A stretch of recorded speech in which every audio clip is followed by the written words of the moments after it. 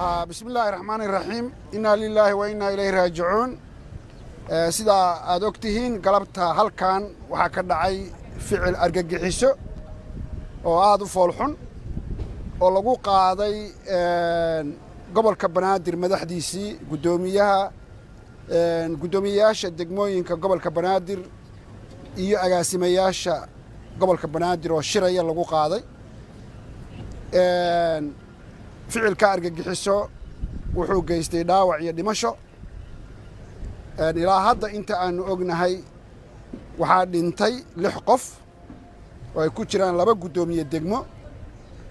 iyo 2 agaasime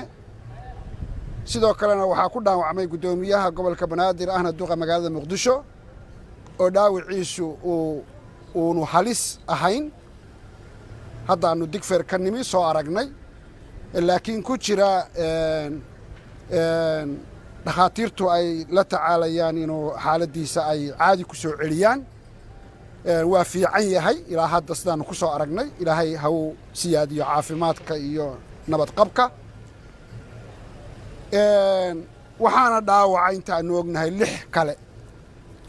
oo cusbitaalada aanu soo marnay aanu kula kulannay dhaawacooda dhakhaatiirtu kula dadaalaysay dhaawacooduna kala duwan yahay waxaanu cambaaraynaa dawladaha ficilka argagixisay bahalnimada waxaanu leenahay shacabka Soomaaliyeed wax qarsoon maaha in dadka iyo dawladda Soomaaliyeed ay dagaal kula jiraan argagixiso isu soo urursatay qaarkoodna gudaha laga duufsaday oo doonaya dalka Soomaaliyeed iyo dadka Soomaaliyeed inay ku jiraan dhiig iyo dhimasho iyo nolol xumo iyo horumar la'aan dagaal qofkii ku jira dhimasho dhaawac waa la kulmaya marka shacabka Soomaaliyeed waxaan leeyahay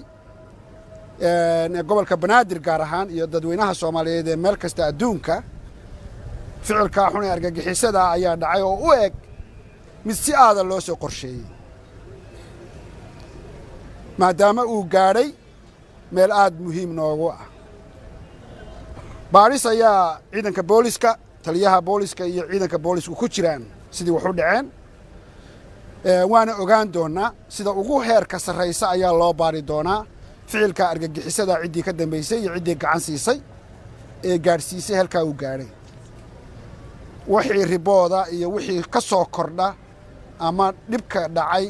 oo aanu isleenahay inta aad sheegteen buu ku koobnaan doonaa waanu la wadaagi doonaa shacabka Soomaaliyeed iyo warbaahintaba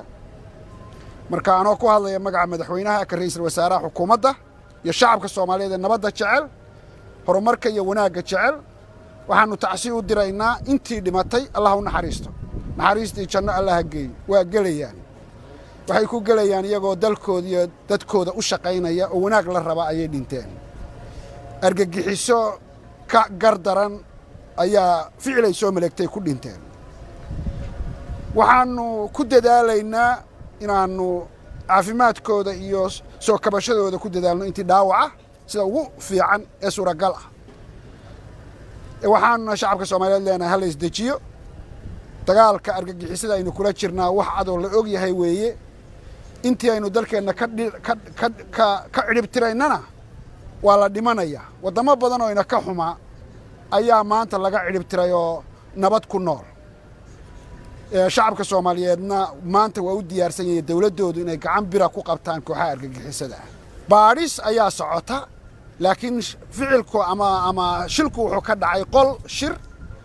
oo gudoomiyaha gobolku uu kula shirayay madaxda gobolka Banaadir way socotaa in qof si u helay access uu soo galay oo uu sida dhibka u geystay oo aanay u badnayn ama wax meesha lagu sii diyaariyay labada mid bay noqon kartaa